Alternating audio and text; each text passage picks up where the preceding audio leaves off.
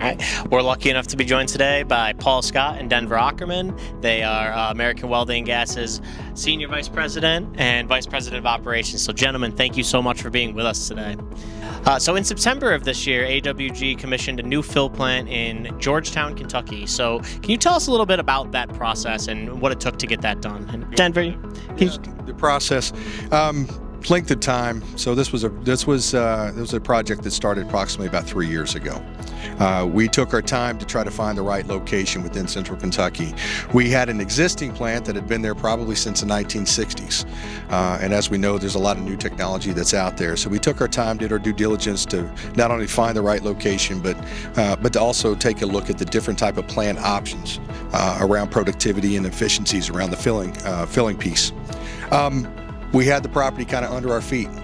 We had access to probably 10 acres that we currently have our thoroughbred cylinder exchange location, as well as a AWG branch location there.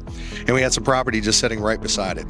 So we were able to consolidate, work with a local company called Great Construction that's based out of Lexington, Kentucky, and built a beautiful 20,000 square foot plant.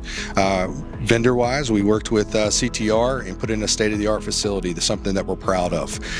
We're already seeing efficiency gains from the filling process, and I'm just very happy and thankful that our leadership there at AWG backed us on this between Paul and ourselves, and very proud of our team to put this together. So it's about a 3-year process to put this thing from beginning to end.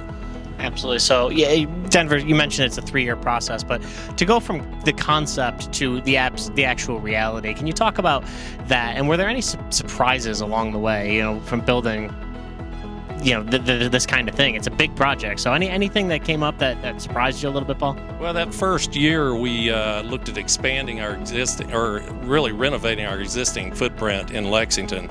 And the complications of trying to build what we wanted and still produce was going to be a big challenge.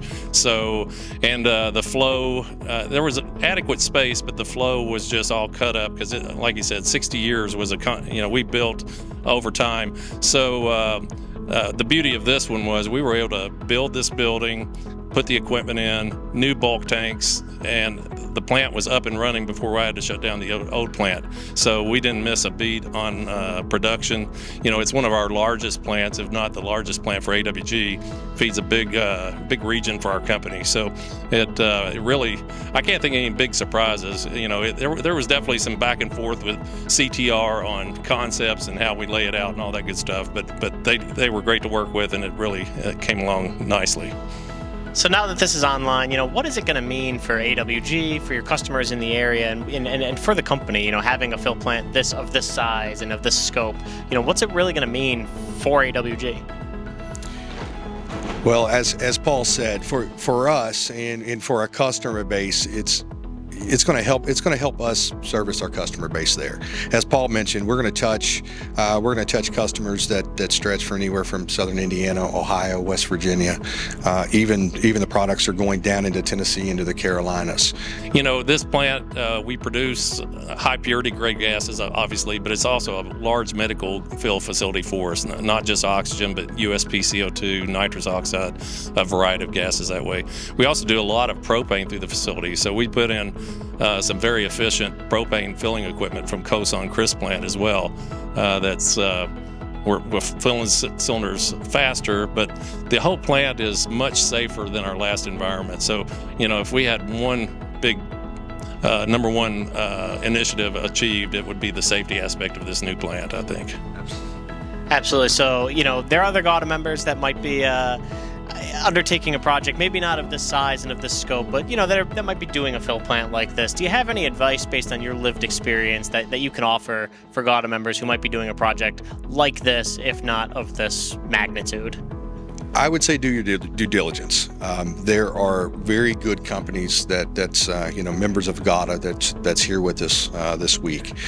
There's more than one way that you can do it. Mm-hmm. There's from linear to palletized, but there's some new concepts that are out there that, as Paul mentioned, that makes it easier for our employees, keeps them safer from the filling environment that's there. Talk to everybody.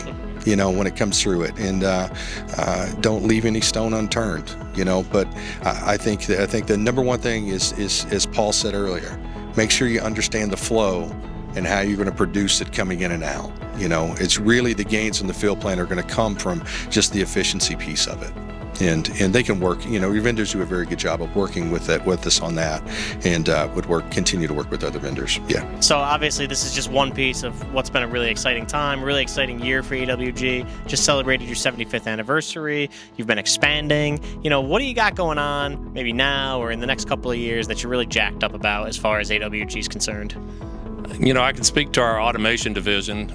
We've really made great strides with putting robotic arms in, cobots. We've got a great team, and we really look for productivity savings for our customers. It's really been very beneficial for our customers, and then we gain the gas and the hard goods to go with it too. So it's just a win-win all over. And then we're also expanding our bulk capability. Denver can probably speak to it better than I can, but we like to haul our own product and feed our own facilities, feed our own customers anywhere and anywhere, anytime we can. So that's definitely an area we continue to grow. As you mentioned, our bulk capabilities continuing to grow. Proud to say over the next couple of years we're expanding our fleet to where again we're touching all areas that we serve, and I'm just excited about our growth.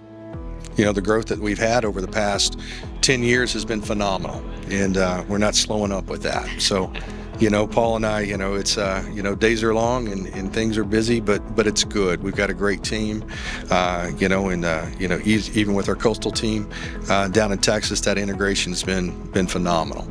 So the culture is good. We're in a good spot. So very pleased. Awesome. Well, gentlemen, congratulations, and thank you so much for being with us today. Thank you. Pleasure.